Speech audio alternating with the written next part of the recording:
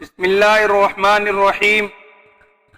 حضرت فضل الرحمان گنج مراد آبادی رحمۃ اللہ علیہ سے ایک مرتبہ یوپی کا انگریز گورنر ملنے کا خواہش مند ہوا۔ خانقاہ میں ہنگامہ ہوا کہ یہاں کوئی کرسی اور بیٹھنے کے لیے کچھ نہیں ہے۔ حضرت نے بھاگ دوڑ کی وجہ دریافت کی اور سخت ناراض ہوئے اور فرمایا، کیا یہاں خانقاہ میں پانی کا کوئی مٹکا نہیں ہے؟ عرض کیا گیا، جی موجود ہے۔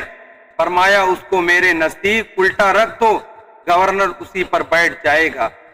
گورنر حاضر خدمت ہوا تو حضرت نے اس سے فرمایا، رشوت ستانی اور ظلم تمہاری حکومت میں عام ہو گیا ہے۔ گورنر کی بیوی کی طرف اشارہ کرتے ہوئے فرمایا، اس میں شرم و حیا کی کمی ہے۔ گورنر سر جھکائے خاموش بیٹھا رہا۔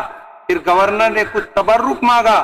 آپ نے خادم سے فرمایا کہ بھائی دیکھو، میری ہڈیاں میں کچھ ہو تو ان کو دے دو۔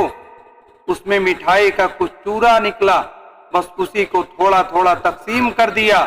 سب نے ادب اور خوشی سے قبول کیا اور تھوڑی دیر بیٹھ کر اجازت چاہی اور رخصت ہو گئے۔ ہمارے علماء کے یہاں دنیا اور اہل دنیا، حکام اور عہدے و منصب والوں کی یہی اہمیت تھی، اور اسی طرح جرأت و بے باکی سے اپنا پیغام پہنچانا ان کا شیوا تھا۔ کاش ہم بھی اپنے اسلاف کی ان صفات و خصوصیات کو اپناتے۔